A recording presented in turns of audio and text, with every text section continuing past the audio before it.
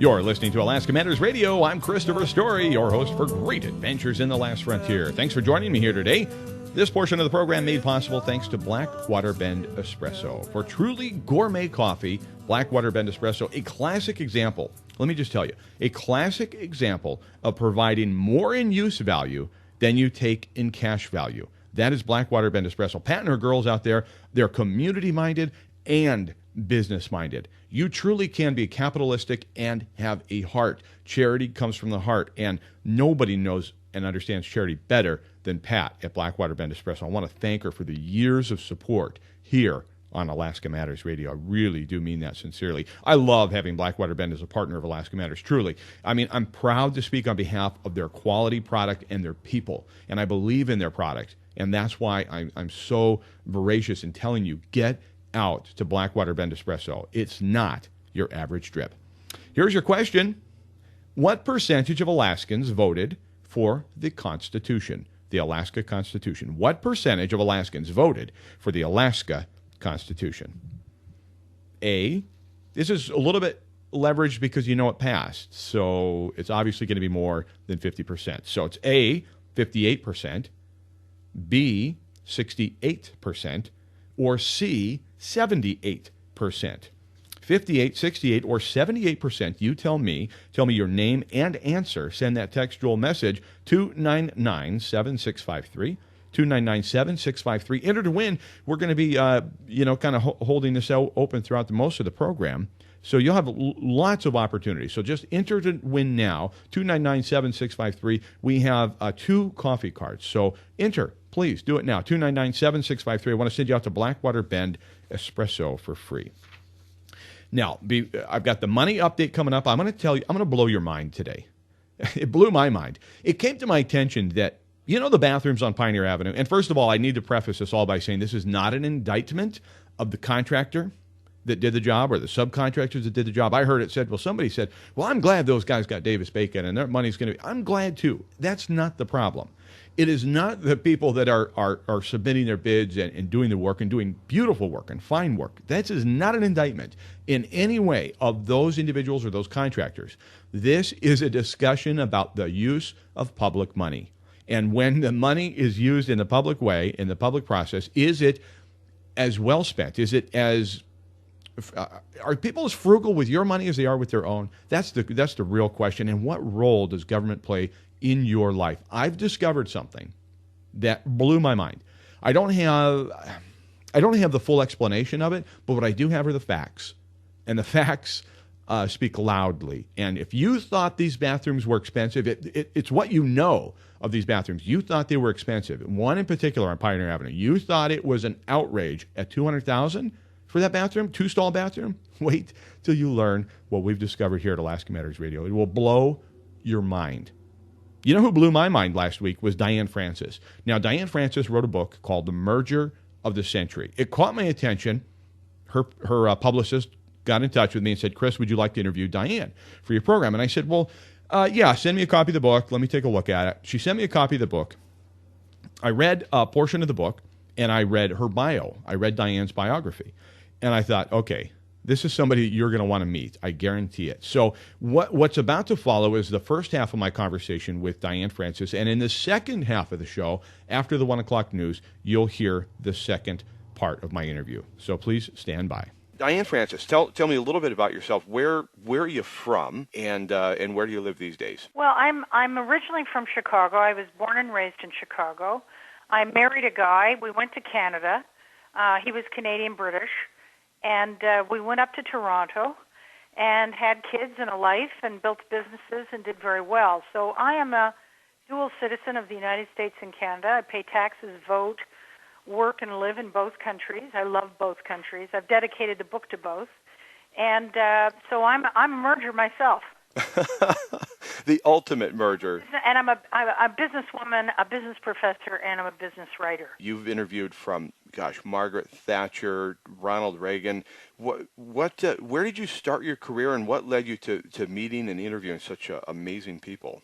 Well, I'm a self-taught journo. I was good at English in high school. I thought I would like to be a novelist. When we immigrated to Canada, I was only 19. We started an art studio. I became a graphic designer with my ex-husband. So I got into business, and then I got involved when my kids were little in politics as a local political activist. And some of my friends who I'd gotten helped elected said to me, "Hey, it's your turn. Where do you want to be?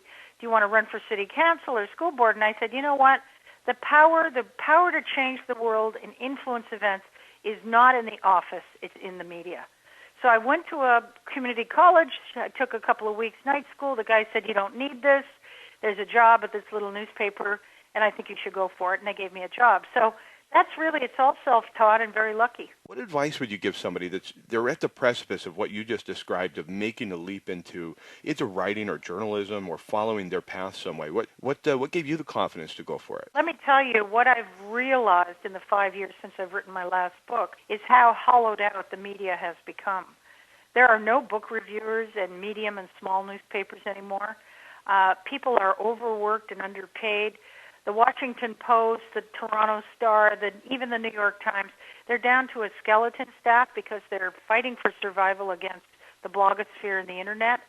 And so it's not a real great, journalism itself is not a real great career to hang your hat on, but learning how to write is, because it teaches you and forces you to think clearly, speak clearly, and write clearly, and that is extremely marketable. It's marketable in terms of government relations, public relations, and advertising, but it's also marketable because it gives you a skill set to think through things carefully and to cut through the nonsense. And so it helps you be a better decision maker if you master it. Not everybody does.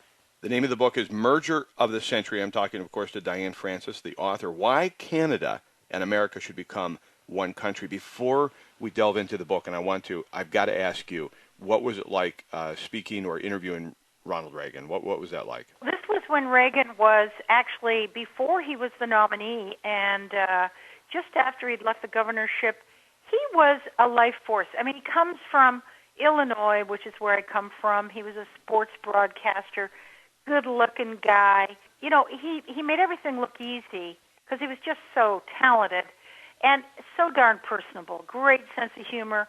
I'm not saying he didn't take things seriously, but he had a lovely distance in life, which is probably why he lived a long, healthy life, and did so well, because he just didn't get all caught up in stuff. Didn't have an easy childhood. We talked about the stepfathers, like Clinton, single-parent mom, alcoholism, overcame all of that, and then some. And so, you know, real interesting guy. Loved him. Margaret Thatcher I had a special affection for. She liked me. I introduced her once on a platform in Toronto. She said, "That's the best introduction anyone's ever given me. Would you like to come back after to the green room and have some scotch with me?" I hate scotch, but I loved her. So we had a scotch, and then she invited me every time, open invitation, every time I was in London, and I was the editor-in-chief of the paper, so I was going to Europe a fair amount because the communist system was collapsing. It was a great story, and I'd always have tea with her and Dennis. I just watched The Iron Lady the other day, so this is ringing very, very real life to me. So, well, that's terrific. All right, I've got to ask you, so the book, again, is Merger of the Century, and what is the typical reaction, if there is one, or you could describe it, what would be the typical reaction you've received thus far from an American, and then contrast that to an average Canadian? Question. Well, in both cases, it's shock. Yeah. What? Are you real? Are you for real?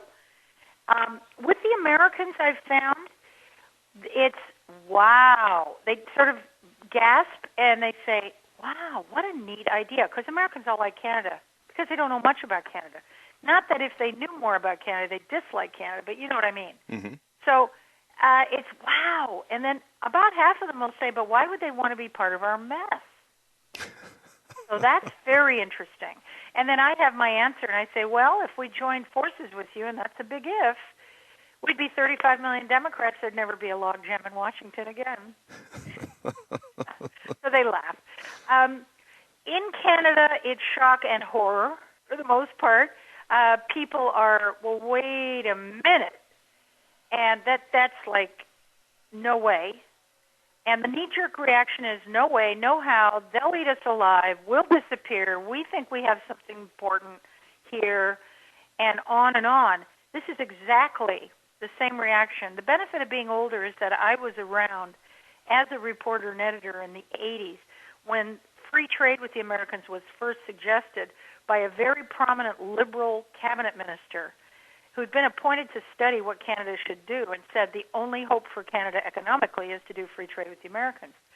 He was thrown under the bus, and I saw that happen, and 2 years later the deal was signed. The free trade agreement was 87. That was Canada, the U.S. only. Mexico said, me too. Right. And then they signed on in 94, and that is the specific reason why Canada and the U.S. aren't in a situation like the Europeans where there's no border between us and we're much more integrated. Mexico's a problem. You really think that we could be more secure with open borders between Canada and America? I mean, that you make that case that it could add security.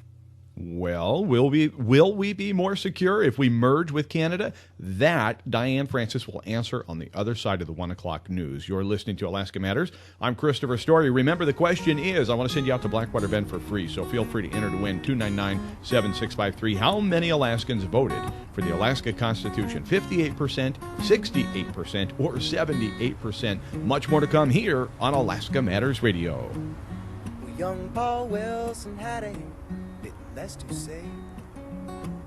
Sally Rowe was not likely to stray. But Paul preferred the company of the birds and stones. Sally was asking for his love. Well, at the church they prayed down on their knees. And in return, Paul got sent overseas. Sally wrote him every day for 2 long years. Paul, he never opened one for superstitious fears. Sally was tossing rocks into that riverbed. Paul, he was talking to that God in his head. And he said, could it be, she is the one for me. And what is love, what is war? Are they worth fighting for? Could it be that I don't know exactly what's beyond the door?